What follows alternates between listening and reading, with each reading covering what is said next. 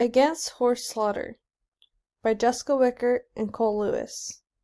Group 6, Animal Science 67, Animals in Society, Spring 2025. So to start off, a little history and background on the subject is when food scarcity was an issue, people turned to horse meat as an option for protein. However, this demand almost completely diminished once food availability started to arise again.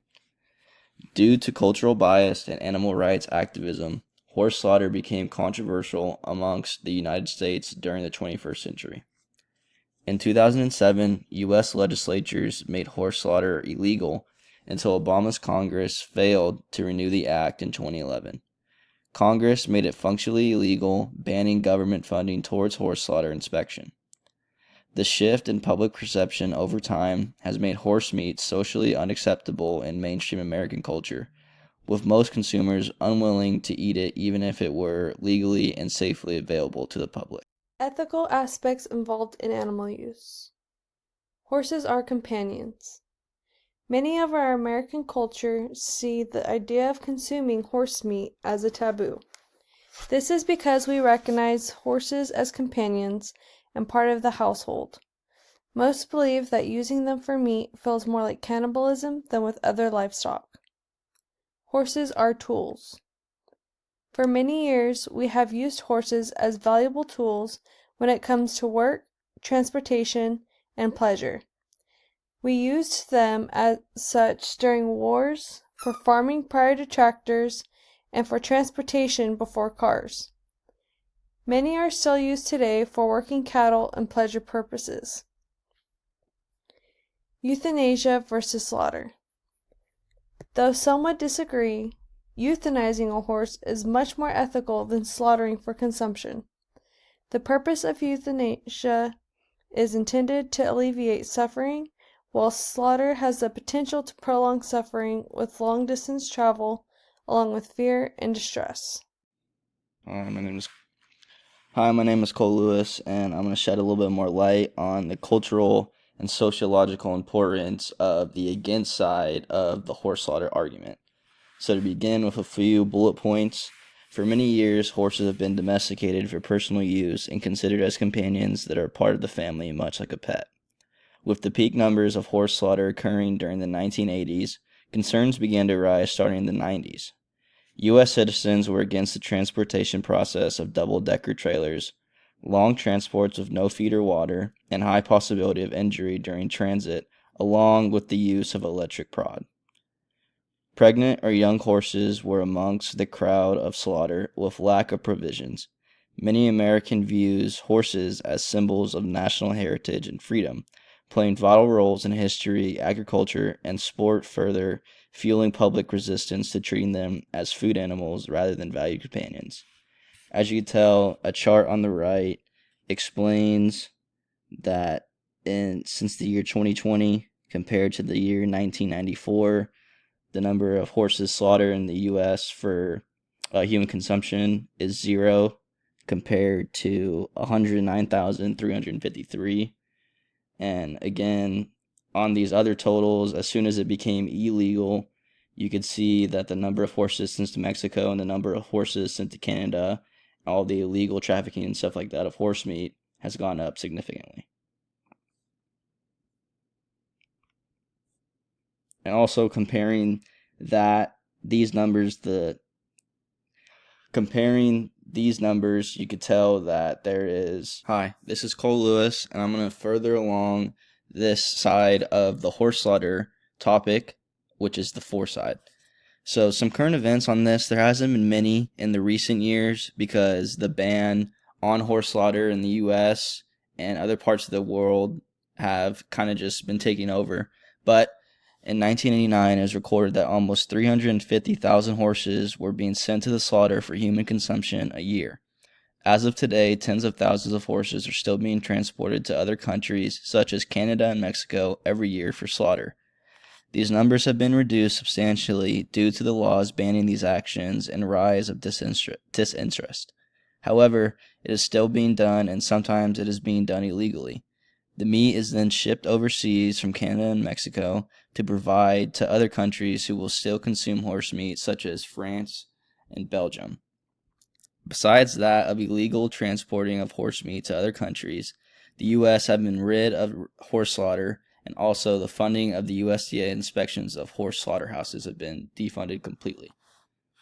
So these charts on the left, again, we've seen them before, but it just kind of shows you the numbers compared from 1994 to the present day. It's just the ban on number of horses slaughtered for human consumption legally has been just decreased completely, and the horses and all of that's being sent to Mexico and Canada for the horse meat illegally, as you can see, that has been on the rise ever since obviously everything was banned for horse slaughter. And then the total numbers, you can see they're kind of just bouncing off each other. This one on the right. Saving the equine. Sanctuaries. Ever since the controversial trend of horse slaughter in the 90s began, horse sanctuaries have been appearing all over the U.S. These places provide a safe environment for horses that were likely to be facing slaughter or unnecessary euthanasia. Rescues. The duty of rescue facilities are meant to take in horses that are no longer wanted or unable to be cared for, and give them good care. They then find a safe home for them to be relocated with an adoption fee to a new owner who may be a better fit for these horses' well-being. Donations. Sanctuaries rely heavily on donations provided for equine care.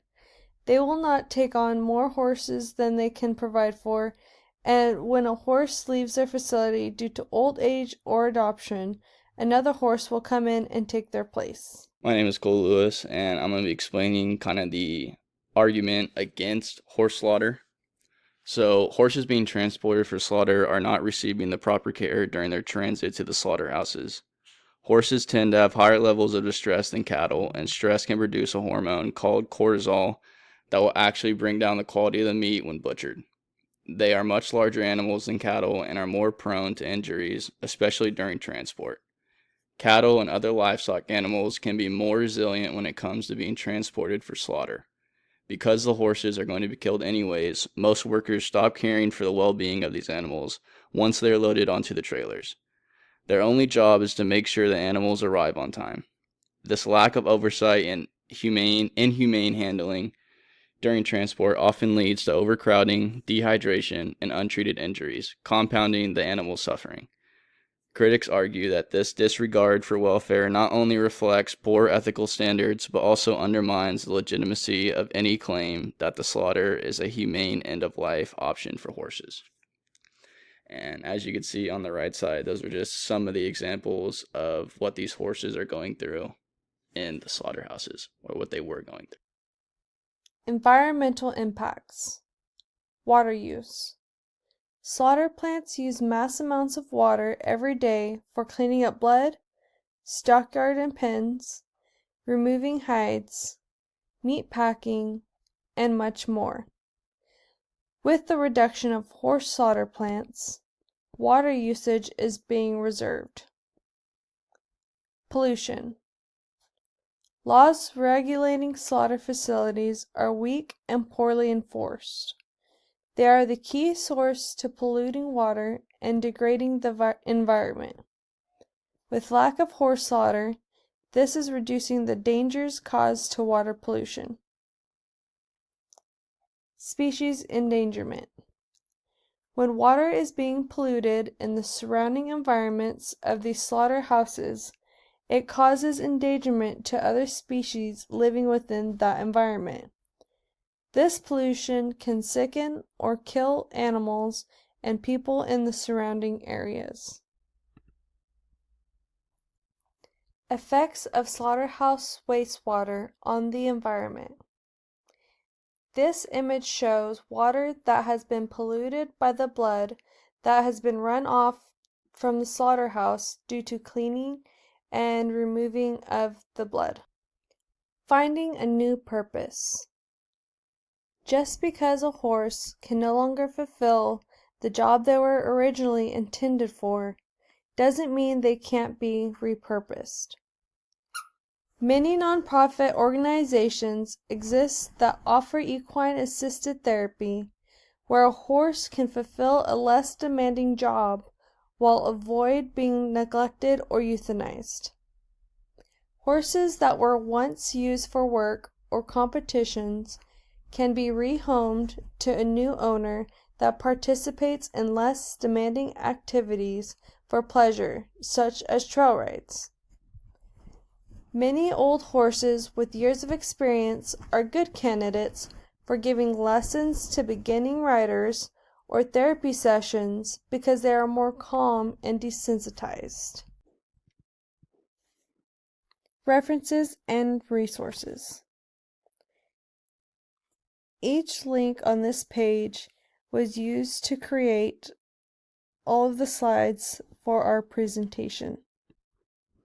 Each slide can be referred back to one or more of these links.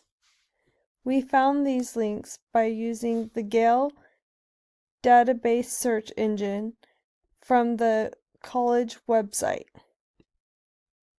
Some sources were even found by using Google and searching articles of current times. If you would like to search more information on the presentation given, you can search any of these links and find more elaborate information on these topics. We have even posted sources from government websites that state current laws on horse slaughter and horse slaughterhouses. This is the references and resources post.